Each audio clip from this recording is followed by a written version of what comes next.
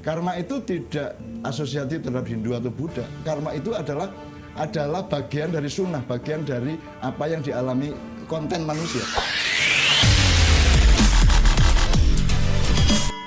Ya, assalamualaikum Mbah Nun.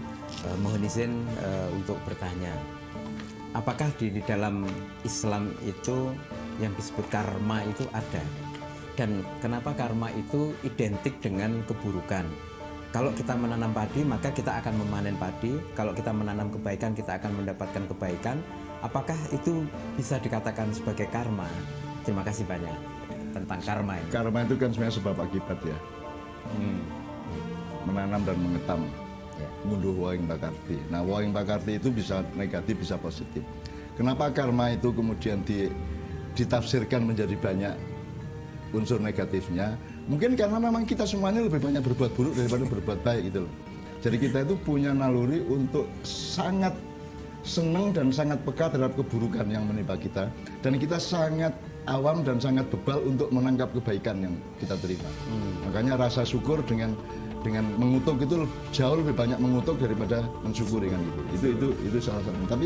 Tapi kalau dalam Islam masih sangat jelas. Jadi misalnya wa may ya'mal mithqala dzarratin khairan yarah, dan dilengkapi wa may ya'mal mithqala dzarratin syarran yarah. Jadi kalau dalam Islam itu kalimatnya panjang dan diseimbangkan. Jadi karma itu adalah siapa aja yang berbuat baik dia akan menemukan kebaikan sebagai balasannya, dan siapa aja berbuat buruk meskipun sezarah ya, sedebu ya, dia akan juga berjumpa dengan balasan atas keburukan itu. Syarah yarah. Jadi rumusnya yaroh, kamu akan melihat. Cuman yaroh ini kan tidak bisa dirumuskan bentuknya bagaimana, kapan berlangsungnya gitu ya. Tapi pasti terjadi. Jadi kalau ngomong karma itu karma dalam Islam sangat jelas. Gitu ya. Jadi jangan terus, wah itu hukum karma loh, itu Hindu loh, jangan gitu loh. Karma kita lihat sebagai sebuah pemahaman, sebuah pengertian, sebuah rumus gitu ya, sebuah hukum gitu ya. Nah di dalam Al-Quran sangat banyak. Itu melintasi agama apapun ya, jadi perilaku universal manusia dalam kehidupan. Kan Allah menciptakan manusia dulu baru agama, gitu loh. Jadi itu semua yang dialami manusia, ada agama atau tidak, manusia mengalami itu, gitu loh. Karma itu tidak asosiatif terhadap Hindu atau Buddha. Karma itu adalah bagian dari sunnah, bagian dari apa yang dialami konten manusia. Asal Anda itu manusia, maka salah satu kontennya adalah karma. Meskipun nanti ada agama bermacam-macam menyebutnya berbeda-beda gitu ya. Kalau dari ayat tadi kan namanya ya'mal khairan yarah. Yarah itu kan peristiwa atau fakta bahwa kamu akan menerima seperti yang kamu lakukan. Kalau kamu berbuat baik, bahkan Allah menjanjikan 700 kali lipat dan seterusnya itu ya. Meskipun jangan lantas diekonomikan, jangan lantas difinansialkan, bahwa kalau kita bayar, Ustadz datang kita suruh bayar 1 juta, terus kita akan dapat 700 juta. Jadi yang difirmankan Allah itu adalah esensi, bukan transaksi angka gitu ya. Meskipun Allah menyebut fi kulli sumbulatin mi'atu habbah, setiap lembar itu ada 700 biji gitu ya. Ada 100 biji, jadi 7 kali 100 dari 700. Itu tetap bagian dari simbolisme, bukan transaksi angka. Jadi tidak lantas Helmi tak mintai duit 1 juta terus saya menjanjikan nanti kamu dapat 700 juta. Tidak bisa begitu karena 700 juta itu dari Allah. Nah bentuknya juga tidak harus berupa 700 juta, bisa berupa berkah, kemurahan, kemudahan, kegembiraan, macam-macam. Terserah Allah, karena subjeknya Allah. Yang kasih firman itu Allah, bukan saya. Karena ada yang gitu kan, peristiwa di mana orang ditariin duit dengan janji kamu tidak akan dapat balasan 200 kali lipat. Itu boleh dilakukan kalau yang melakukan itu Allah. Kalau bukan Allah, kalau hanya kamu atau saya atau kiai atau ustadz, ya itu berarti memanipulasi Allah. Yang mendegradasikan rohani janji itu menjadi jasmani transaksi kan gitu. Jadi menurut saya karma itu sunatullah. Dan andaikan Helmi jadi Tuhan, pasti bikinnya juga gitu. Logisnya.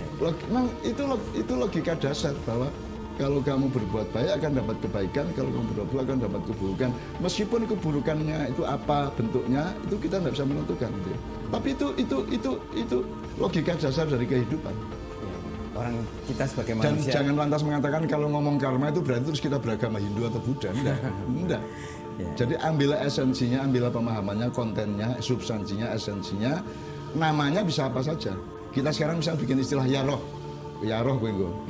Ya itu artinya kamu akan menemukan balasan dari perbuatanmu. Ya roh kowe engko. Kan bisa aja. Jadi tinggal sekarang kita bikin nggak idiom atau istilah yang menggantikan karma. Atau tetap karma enggak apa-apa. Anda menyebut karma tidak lantas Anda menjadi orang Hindu atau menjadi orang Buddha, kan begitu. Karena yang kita omongkan adalah substansinya. Di dalam khasanah Jawa sendiri tadi seperti yang dikatakan Mbak Nun juga ada yang disebut munduh wong pakarti tadi. Nah, kebetulan peradaban manusia Jawa itu jauh sebelum datang agama Islam pada abad 8 Masehi itu sudah memiliki pemahaman terhadap sunnah tadi, pemahaman terhadap hukum alam, pemahaman terhadap sebab akibat dari kehidupan, kan itu dalam kehidupan.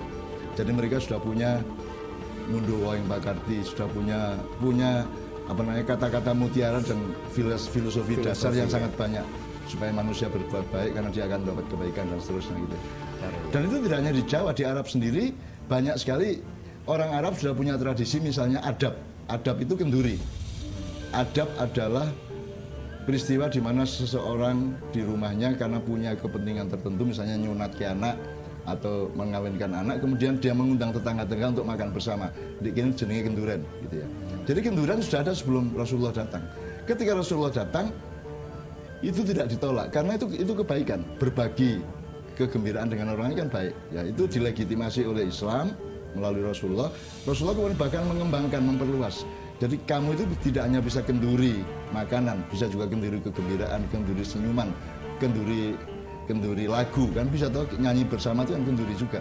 Nah maka maknya adalah kenduri, sebenarnya kenduri nilai, kenduri kebaikan, kenduri kebahagiaan, maknya itu kan gitu. Jadi tadi Mbak Nun mengatakan kenapa kok identik dengan keburukan, karena jangan-jangan memang kita ini lebih banyak dikepung oleh keburukan atau kita melakukan keburukan, maka counter terhadap keadaan itu juga bisa kita husnudzon gini. Manusia itu kan punya kecenderungan yang sangat mendasar terhadap kebaikan. Maka dia sangat oversensitif terhadap keburukan. Akhirnya lama-lama karena dia lama-lama lebih peka terhadap yang buruk-buruk daripada yang baik-baik. Bisa juga seperti itu ya. Apa sebabnya? Karena manusia itu dan sebenarnya kebutuhan dasarnya itu kebaikan, kemaslahatan, kebahagiaan, kegembiraan. Jadi dia sangat peka terhadap yang tidak seperti itu. Maka akhirnya karma terseret juga menjadi terkontekstualisasi menjadi yang identik dengan keburukan tadi. Padahal kan itu mungkin juga karena kebaikan manusia toh. Manusia itu baik, maka dia peka terhadap yang buruk-buruk gitu kan. Ya. Akhirnya lama-lama tidak sengaja dia tidak bisa mengontrol bahwa sebuah kata, sebuah istilah, sebuah idiom kemudian terseret menjadi berasosiasi searah gitu ya, keburukan tok gitu kan. Tapi saya husnudzon itu justru karena manusia itu baik. Termasuk yang ini ya, terutama Mas Maman tadi yang bertanya ini ya. Oke, terima kasih Mbak Nun. Gitu ya Mas Maman Jemian. Jadi mari kita harus utamakan kebaikan supaya karma tidak melulu identik dengan keburukan. Tapi salah satu akibat dari kelemahan manusia itu gini, kan kamu nanti bergaul sama siapa, kamu kawin sama siapa, kamu urusan sama siapa, nanti bisa muncul dalam tanda petik penyakit itu. Jadi nanti kamu akan menjumpai satu situasi di mana orang itu sangat peka terhadap salahmu, terhadap burukmu.